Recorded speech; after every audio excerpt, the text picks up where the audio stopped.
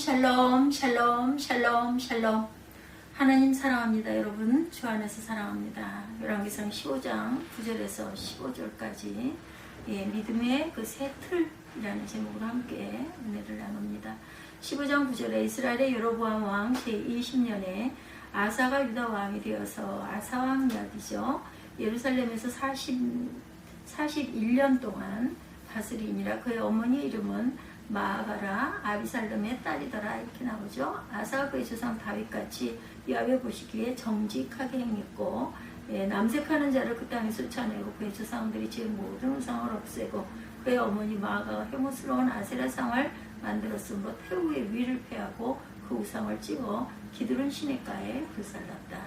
또한 다만 산당은 없애지 아니하니라. 이러한 아사의 마음이 일평생 야훼 앞에 온전하였고 그의 아버지가 성별한 것과 자기가 성별한 것을 야훼 성전에 받들어 드렸으니 곧 은과 금과 그릇들이더라. 이렇게 나오고 있어요.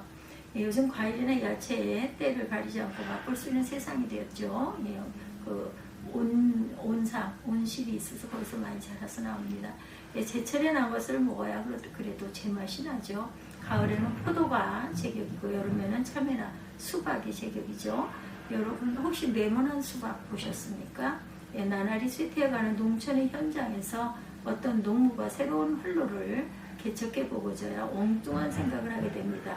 수박도 항상 둥그스름하거나 길쭉한 것만 있고 네모 반듯하게 만들면 어떨까 하는 아이디어가 떠올랐던 거예요. 그래서 수박에 꽃이 피고 수종이 되어서 주먹만한 열매가 될 때쯤 투명한 플라스틱 네모 상자를 씌워놓고 둥그렇게 자랄 수 있도록 그 네모 상자에 갇혀 그만 네모가 되도록 만들어낸 거죠. 그 수박이 상품성에서 얼마만큼 효력을 가졌는지는 잘 모르겠는데 사람이 마음을 먹고 시도하기에 따라서는 고정 관련이 깰 수도 있다는 것. 수박만 그렇게 할 수 있는 게 아니겠죠. 사람도 얼마든지 마음 먹기에 따라서 달라질 수도 있겠죠. 그의 무한한 변화를 또한 가져올 수 있습니다. 외모나 내면이나 우리의 믿음 생활에서는 과연 어떨까? 우리가 서로를 비교해보면 같은 기독교 신앙이라 하더라도 그 모양은 천차만별이라는 것을 어렵지 않게 알게 됩니다. 다른 것은 몰라도 신앙이 기본 골격에 있어서 하나님께서 제시한 공통점을 반드시 가지고 있어야 하는데 수박이야 네모난 거든 둥그런 거든 무더운 여름날 갈증을 속 시원히 풀어주는 것이면 그만입니다. 그러나 이렇게 저렇게 품종을 개발해 놓았는데 그 맛이 호박에 가까워져 버렸거나 아니면 바나나처럼 되어버렸다면 더 이상 수박의 맛을 볼 수가 없는 거죠. 우리 신앙에서도 그 사람의 성격이나 성향이 반영되어 모양이 조금씩 차이가 날 수가 있을 거예요. 그러나 당사자가 가진 고유한 틀 때문에 믿음의 본질이 달라져 버린다면 그것은 아주 우려할 만한 일이 아닐 수가 없어요.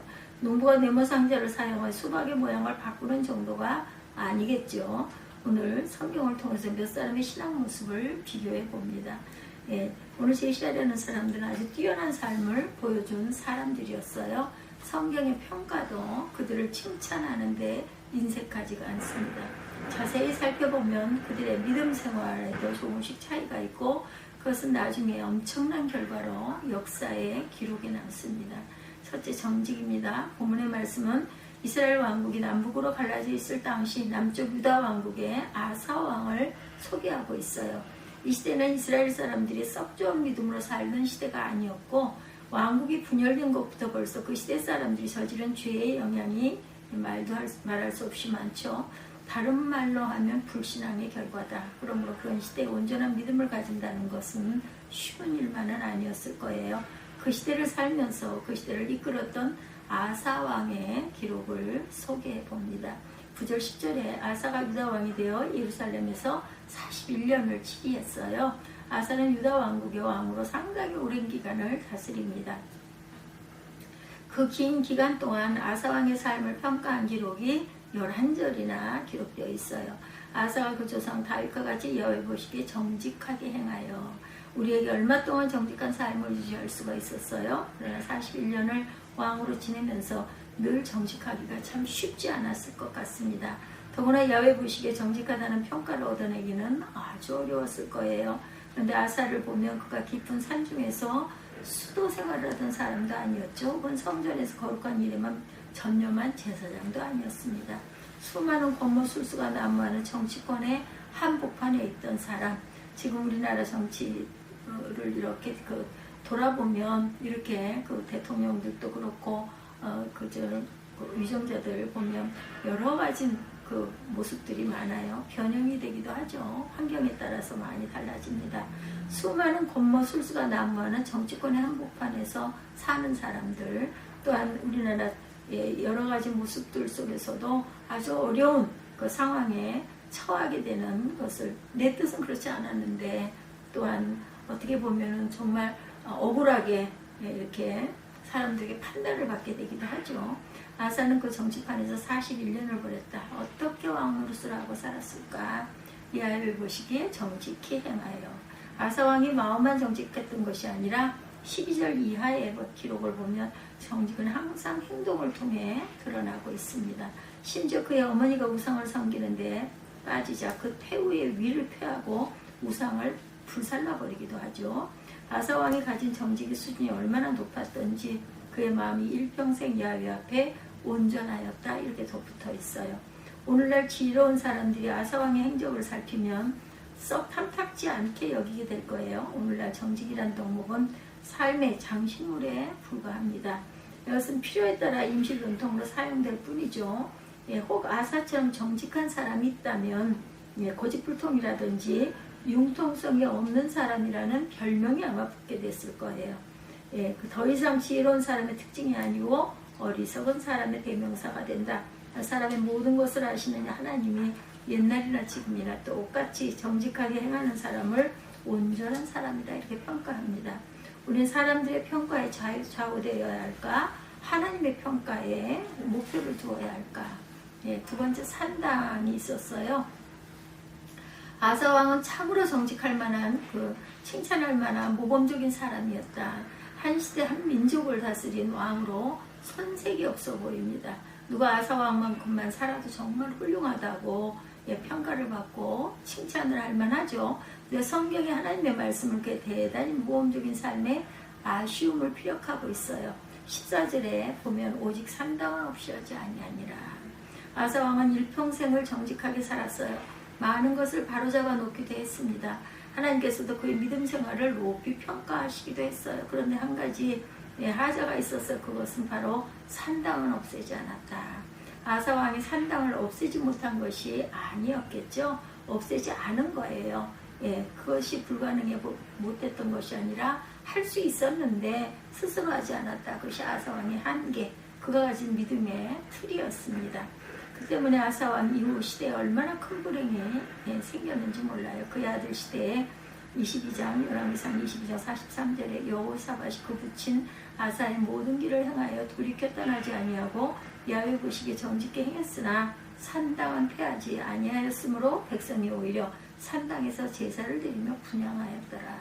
그걸 폐해버리면 백성들이 제사 드릴 곳이 없어서 폐하지 않는 것 같아요. 그 후대 요아스 열왕기하 12장 3절에도 아마시아 열왕기하 14장 4절에도 요담 열왕기하 15장 35절에도 똑같이 산당은 제하지 아니하였으므로가 반복이 됩니다. 그리고 그 결과는 많은 백성들이 산당에서 우상 숭배의 죄를 저지르게 되죠. 그럼 왜 아사왕 같은 정직하고 온전한 사람이 유독 산당을 제거하지 않았을까요? 산당은 산이나 언덕이 높은 곳에 위치하여 각종 제사를 드리는 장소였고 원래는 가나안 원주민들이 우상을 숭배하던 장소였어요. 그러던 것이 이스라엘 사람들이 가나안에 살게 되면서부터 야훼 하나님께 제사를 드리는 곳으로 바뀌었어요. 다윗 시대에도 기브온 산당에 하나님의 성막이 있었고 솔로몬 왕이 그 유명한 일천번제를 드린 장소도 바로 산당입니다. 예루살렘의 하나님의 성전이 완공되기 전까지는 산당이 일정 부분 성전의 역할을 하고 있었는데 아사왕도 산당 자체에 대해서 꼭 없애야 한다는 생각을 하지 않았던 것이죠. 중요한 것은 그 산당을 어떻게 사용하느냐에 달려있다는 거죠. 만약 산당이 우상숭배에 사용될 수 있다는 것을 감지했다면 그대로 둘 사람이 결코 아니었던 것이다. 그런데 문제는 바로 그런 아사왕의 생각입니다. 믿음의 틀을 결정하는 데 있어서 가장 중요한 것은 사람의 생각이 아니다. 하나님의 뜻에 기초를 두어야 한다. 산당에 관련된 하나님의 뜻이 과연 무엇이었는지 여러분들 민수기 32장 52절에 보면 33장 52절입니다. 그 땅 범인을 너희 앞에서 몰아내고 새긴 석상과 부어 만든 우상을 다 파멸하여 산당을 다 회파하고, 하나님께서는 산당에서 우상만 제거하라고 명하지 않으셨고 우상도 산당도 몽땅 다 제거해라. 그것이 바로 하나님의 뜻이었어요. 만약 산당이 이스라엘의 믿음 생활에 도움이 된다면 그것을 제거하고 성전을 건축하도록 명하지 않으셨을 겁니다. 그런데 오직 산당에 대한 미련을 버리지 못한 원인도 있을 겁니다. 아사왕의 생각에 산당에서 우상이 아닌 하나님께 제사를 드리는 일을 계속한다면 믿음에 유익하리라 이렇게 해석을 했었기 때문일 거예요. 그런 해석이라면 이스라엘 역사의 대표적인 범죄로 여기는 여로보암의 죄도 썩나무랄 일만도 아니라고 할 수도 있겠죠. 여로보암은 북쪽 이스라엘 왕국의 사람들이 남쪽 유다의 예루살렘까지 굳이 갈 필요 없이 북쪽에서도 얼마든지 자유롭게 하나님을 향한 제사를 드릴 수 있다고 제단을 두 곳, 베델과 단에 만들었어요. 그러나 그것은 여로보암이 정한 믿음의 틀이었지 하나님과는 아무런 상관이 없다. 허락을 받지 못했죠. 믿음의 틀을 내가 결정하는 것은 아니고, 심지어 어떤 사람들은 하나님에 대해서도 자기 마음대로 생각하고 자기 마음대로 믿고 결국 자기 하나님을 만들어내고 자기 목적을 위해서 하나님을 이용하기도 했습니다. 물론 아사왕은 그런 수준은 아니었죠. 야훼 하나님이 그를 보시고 아사의 마음이 일평생 야훼 앞에 온전하였으며 라고 할 정도였다. 아사왕이 그만큼 뛰어난 믿음을 가졌었을지라도 한 가지 부족한 것이 있었는데 바로 산당을 없이 하지 아니한 것이었다. 그리고 그것은 아사왕의 생각이 별로 잘못된 일이 아니라고 생각을 했던 거죠. 우리도 그런 점에서 우리가 세심할 필요가 있는데 성도의 신앙을 관리하면서 종종 안타까운 사실들이 발견되곤 합니다. 신앙이 많이 성장했고 열심을 가지고도 있는데 여전히 자기가 정한 틀에서 벗어나지 못하고 있는 모습을 볼 때가 있죠. 정상적인 신앙은 내가 이만큼 하면 되겠지 하고 결정하는 것이 아니고 하나님께서 결정하시는 대로 따르는 것이어야 한다. 우리 신앙이 그런 구조로 가지 못하고 많은 것을 잘하고 모험적이면서도 결국에는 불신앙의 부분들을 극복하지 못한 채 남겨두게 될 우려가 있어요. 그것을 남겨두면 어떻게 되는가? 뒤를 잇는 사람들은 그것을 원형으로 삼아버리는 오류에 빠질 것이 뻔하다. 새 틀에 대해서 세 번째 말씀하고 있습니다. 이스라엘의 남북 왕조를 비교해보면 상당히 흥미로운 사실을 발견하게 되는데 그 세력이나 규모로 하면 북이스라엘이 훨씬 강하고 컸어요. 10장 2절에 보면. 근데 하나님의 은혜를 누리는 면에서는 남유다가 늘 앞섰습니다. 북이스라엘은 회개가 없는 역사고 남유다는 회개가 있는 역사였다. 북이스라엘은 개혁이 없는 나라고 남유다는 개혁이 있는 나라였다는 거죠. 오늘 우리 식으로 표현하자면 북이스라엘은 믿음의 새 틀을 가지지 못했고 남유다는 믿음의 새 틀을 마련했기 때문이다. 북이스라엘 왕조를 특징 짓는 한마디가 있는데 여로보암의 죄에서 떠나지 아니하니라. 바로 이것이었습니다. 그들은 시종일관 여로보암의 틀에서 벗어나지 않았어요. 그 결과 마치 누가 더 많이 죄를 짓는가를 경쟁하고 있었던 것처럼 그 기록이 역사적으로 증거됩니다. 남유다 왕국은 잘못한 틀을 깨뜨려버리고 극복하고 노력합니다. 그렇게 할 때마다 동원되는 기준이 있었는데 바로 다윗 왕이죠. 아사가 그만큼이라도 발휘할 수 있었던 근거가 똑같았다. 11절에 아사가 그 조상 다윗과 같이, 무엇이 다윗과 같았다? 하나님의 뜻을 구하면서 옳지 않은 것을 돌이키면서 늘 회개하면서.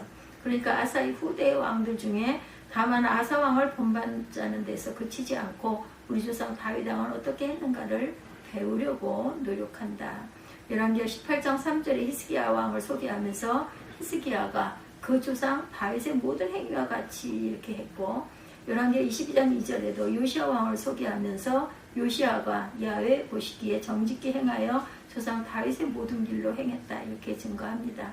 다윗은 하나님에 대한 열심이 대단한 사람이었어요. 그리고 다방면에 다재다능한 사람이기도 했습니다. 그렇지만 그는 스스로를 의지하지 않는 사람이었다. 자기가 자기 믿음의 내용을 결정하지 않았어요. 아무리 위대한 것을 이루었을지라도 언제나 하나님의 말씀하신 것을 기준으로 삼은 사람이었다. 자기가 만든 틀에 맞춰 사는 사람이 아니라 하나님이 제시하는 틀에 늘 맞췄다는 거죠. 다윗을 본받는 히스기야 왕은 어떤 믿음으로 살았는가? 열왕기하 18장 4절에 여러 산당을 제하며 주상을 깨뜨리며 아사렛 목상을 찍으며 모세가 만들었던 노뱀을 이스라엘 자손이 이때까지 행하여 분향함으로 그것을 부수고 이렇게 나와 있습니다. 요시야 왕은 어떤 믿음이었나? 23장 5절에 옛적의 유다 왕들이 세워서 유다 모든 고을과 예루살렘 사면 산당에 분향하며 우상을 섬기게 한 제사장을 폐하며 열왕기하 23장 8절에 유다 각 성읍에서 모든 제사장을 불러오고 제사장이 분향하던 산당을 게바에서부터 브엘세바까지 더럽게 하고 또 성문의 산당들을 헐어버렸다 이렇게 증거합니다. 히스기야 왕 시대에 산당을 헐어내기 시작했고 요시야 왕 시대에 산당을 더욱 철저히 청산해버렸다. 그들은 믿음의 세트를 짠 거예요. 종전까지 많은 것이 옳았을지라도 한 가지 부족한 것이 있다면 그것을 그대로 남겨두지 않았다. 하나님께서 그것을 기뻐하지 아니하시는 줄을 깨달았다라는 거죠. 우리도 믿음의 세트를 이렇게 마련할 줄 알아야 되겠다. 내가 생각하는 기준에 그 마련된 틀이 아니라 하나님께서 제시하신 틀을 받아들여야 된다라는 것. 지금까지 많이 잘한 것은 더 열심히 잘하고 하나님의 말씀에 비춰 조금이라도 부족한 것은 하나라도 모자란 것이 있다면 다시 새 틀을 짜자인 거죠. 우리가 우리 생각으로 마련한 옛 틀을 벗어버리는 자리에 새로움을 더듬게 할 수 있어야 한다. 새 은혜를 체험하게 되고 그렇게 했을 때 새롭고 풍성한 열매를 거두게 될 것이다. 이게 마이크가 나오질 않아가지고 소리가 아마 작았을 것 같습니다. 우리 주님의 은혜 속에서 오늘도 그러할지라도 힘을 내서 열심히 살아내는 어려움이 있을지라도 문제들이 있을지라도 기쁨과 감사의 삶이 될 수 있게 주옵소서 하고 기도하는 저와 여러분들이 되시기를 주님의 이름으로 축복합니다. 기도하시겠습니다.